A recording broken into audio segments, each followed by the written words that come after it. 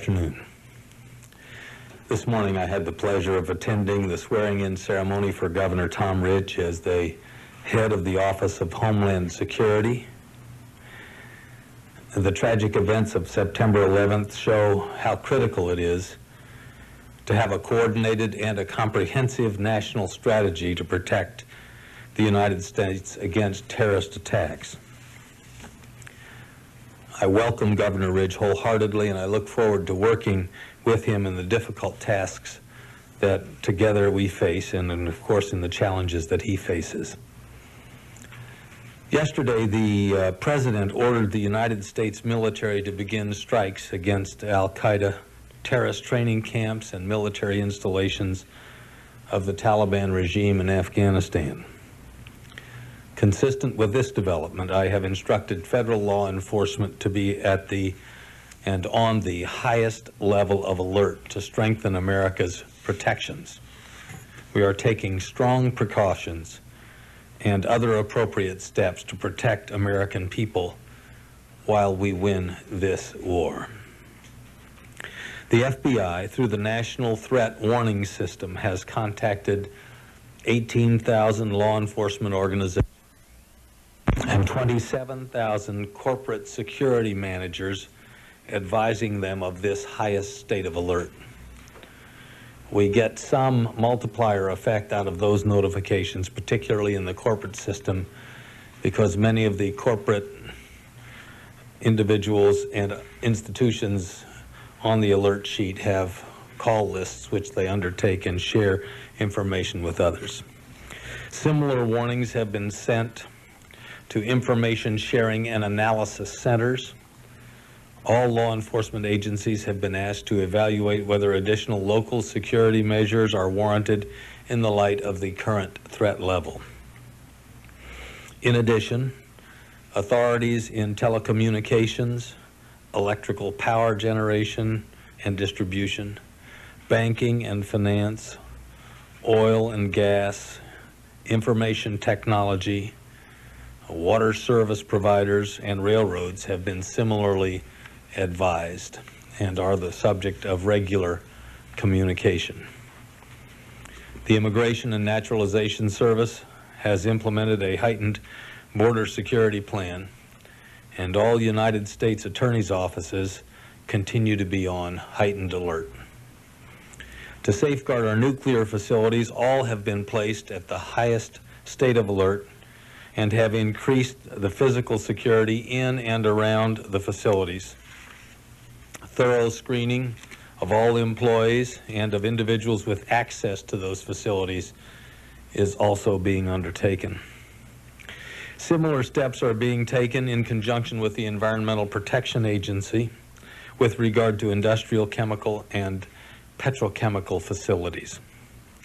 The FAA will continue restrictions implemented to protect populated areas and sporting events and certain critical infrastructure components of our industrial base.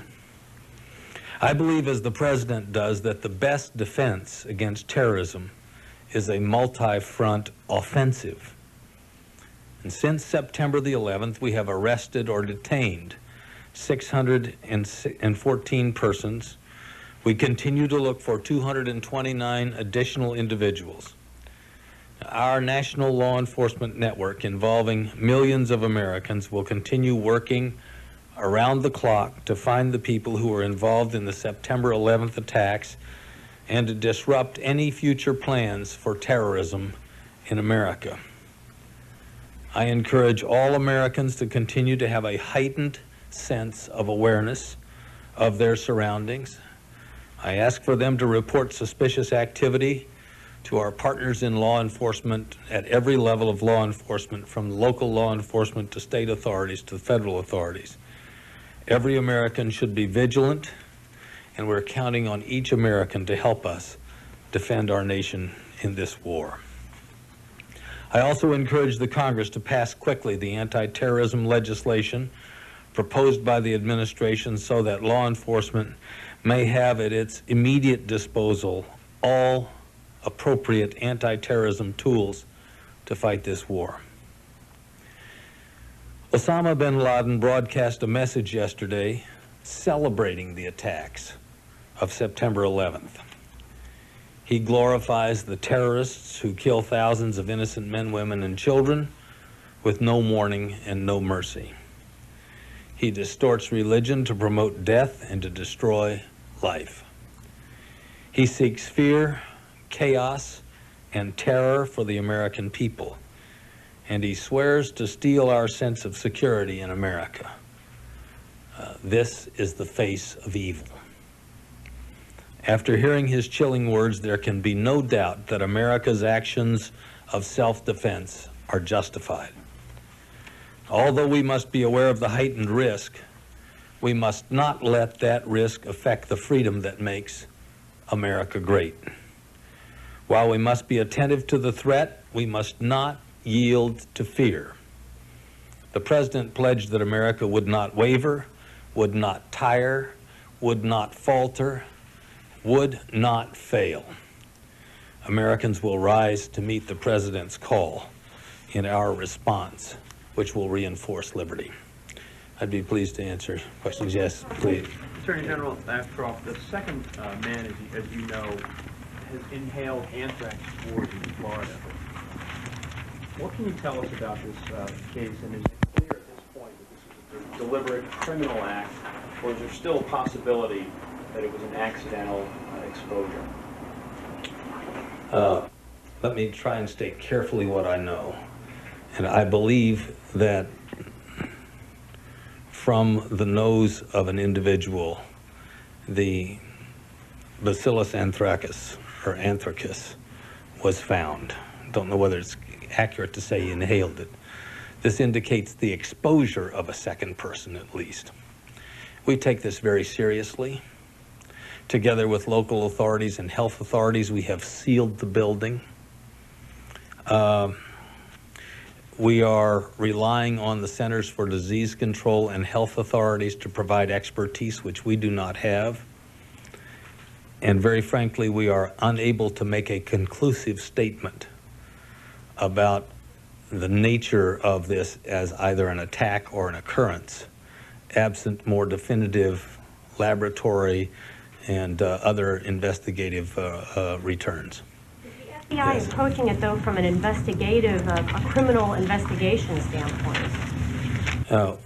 We are working very diligently together with health authorities to learn all we can, and we are seeking to contain, by virtue of sealing the building, this situation thoroughly. The CDC has issued a statement regarding this matter, which I found instructive, and I hope you have it. I have read it carefully, and it is, I think it states the matters pretty clearly, yes. This as a criminal investigation at this point? We regard this as an investigation which could become a clear criminal investigation. And we are pursuing this with all the dispatch and care that's appropriate, relying on the expertise of the Centers for Disease Control and health authorities, which obviously is an expertise that's non-traditional in the Justice Department, yes. Do you regard it as something that could potentially become a terrorist-related investigation? We don't have enough information to know whether this could be related to terrorism or not. There are, according to my understanding, and which is very limited, various strains of anthrax. Some are naturally occurring, and some occur only having been generated in laboratories. Yes, sir. Sir, because of how close the site was to one of the flight training schools where Mr. Atta had been several weeks ago, do you regard Mr. Atta as a potential suspect in this case? I think it's fair to say that we are taking the matter very seriously. The kind of examination which we are conducting is very thorough. It includes the steps that are necessary to safeguard the area totally, but we haven't ruled out on the basis of the investigation, we haven't ruled out anything at this time. Yes, sir? Since our retaliatory strikes yesterday, have you received any new threats or anything that's more alarming? I'm not prepared to, nor will we, I believe, get in a situation where we try to outline all the threats that may or may not come to the United States on a regular basis. Yes, sir? About not yielding to fear, do you believe that the American people should continue to do things like go to sporting events, like use mass transit? Is there any threat that you would specifically warn people about at this point? Well, I just think people ought to be alert. Now, we have had the most massive investigation in the history of America. The development of an arrest of over 600 individuals, the pursuit of additional individuals, the alert to the entirety of the law enforcement community across America is just one of those steps. My nephew happened to be the person kicking off for Air Force against Navy in the football game this last weekend, and I went to watch my nephew propel the ball through the end zone, I might add, on several occasions. So I do not think that Americans should avoid sporting events or should avoid undertaking their lives in a way which is appropriate to American freedom.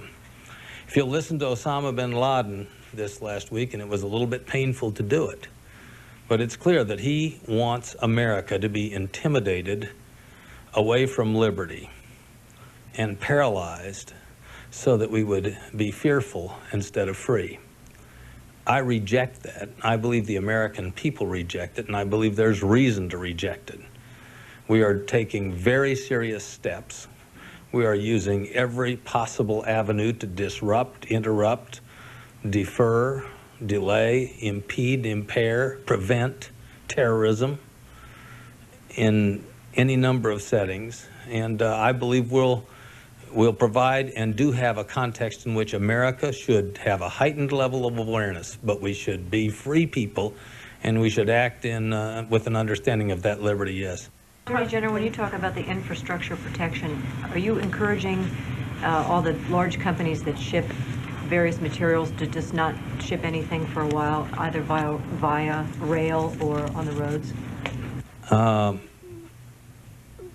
think it's pretty clear that we're not encouraging all companies not to ship. We're asking companies to develop security plans which are reasonable and which provide a way to secure cargo and facilities, but not to cease operations. We want secure operations. We do not want to cease operations.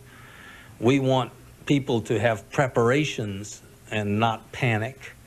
We want people to be alert, but we do not want people to forfeit the liberties which America stands for. And I believe that we can do that together with the kind of unified effort. And I have to commend, and the last time I believe we met in this room, there were a lot of local law enforcement individuals, and we have gotten great cooperation from individuals at every part of the law enforcement ladder. And I think together with the American people, we have an opportunity to win this war effectively and not lose our liberties in the process. Thank you very much.